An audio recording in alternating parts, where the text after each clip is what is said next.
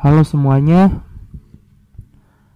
pada kesempatan kali ini saya dan Jessica akan menjelaskan tentang materi berakhirnya Perang Dingin. Pada materi berakhirnya Perang Dingin ini terdapat 3 pokok pembahasan, yaitu reformasi Gorbachev, kedua perbaikan hubungan, yang terakhir pembubaran Uni Soviet. Saya akan menjelaskan reformasi Gorbachev. Setelah tanggal 11 Maret 1985, Mikhail Gorbachev menjadi sekretaris jenderal Partai Komunis Uni Soviet yang kelima untuk menggantikan Konstantin Chernenko yang sudah wafat. Pada saat Mikhail Gorbachev yang relatif masih muda menjadi sekretaris jenderal pada tahun 1985, perekonomian Soviet sedang stagnan dan mengalami penurunan tajam dalam penerimaan mata uang asing akibat turunnya harga minyak dunia pada tahun 1980-an. Gorbachev menyatakan bahwa untuk membangkitkan kembali Soviet diperlukan perubahan struktural yang mendalam. Pada bulan Juni 1987, Gorbachev mengumumkan agenda reformasinya yang disebut perestroika atau restrukturisasi. Perestroika memungkinkan lebih efektifnya sistem kuota produksi, kepemilikan swasta atas bisnis, dan juga pembuka jalan bagi investor asing. Langkah ini dimaksudkan untuk mengarahkan sumber daya negara dari pembiayaan militer yang mahal untuk menunjang Perang Dingin ke pengembangan sektor sipil yang lebih produktif. Jadi, untuk melawan penentang reformasinya yang berasal dari internal partai, Gorbachev secara bersamaan memperkenalkan glasnost atau keterbukaan. Glasnost dimaksudkan untuk mengurangi korupsi dalam tubuh partai komunis dan memoderasi penyalahgunaan kekuasaan di komite sentral. Glasnost juga memungkinkan meningkatnya kontak antara warga Soviet dan dunia barat, khususnya dengan Amerika Serikat, yang memberikan kontribusi bagi peningkatan detente antara kedua negara.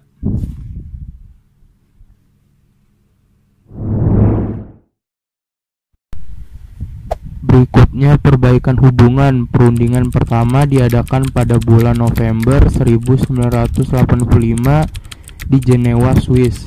Dalam perundingan tersebut, kedua pemimpin negara disertai oleh seorang penerjemah sepakat untuk mengurangi persenjataan nuklir di masing-masing negara sebesar 50%.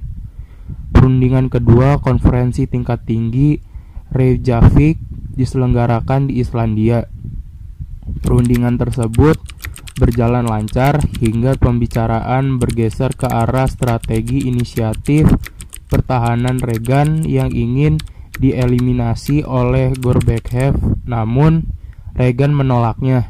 Negosiasi akhirnya gagal.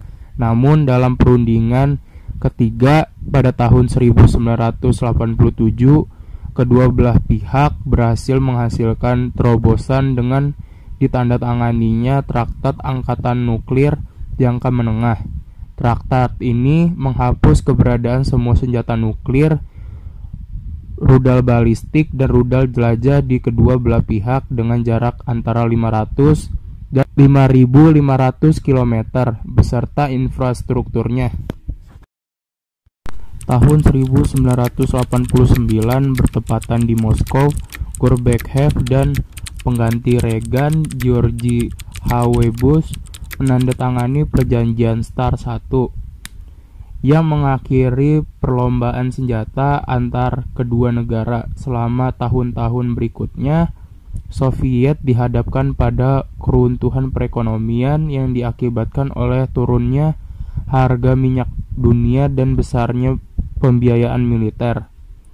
Tahun 1989,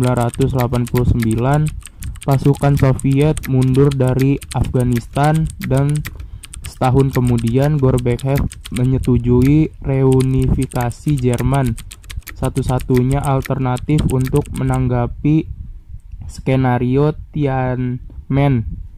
Ketika tembok Berlin runtuh, konsep Common Europa Home yang dicetuskan oleh Gorbachev mulai terbentuk. Pada tanggal 3 Desember 1989, dalam konferensi tingkat tinggi Malta, Gorbachev dan Georgi H.W. Bush secara resmi menyatakan bahwa Perang Dingin sudah berakhir. Setahun kemudian, dua negara tersebut bermitra dalam Perang Teluk melawan Irak.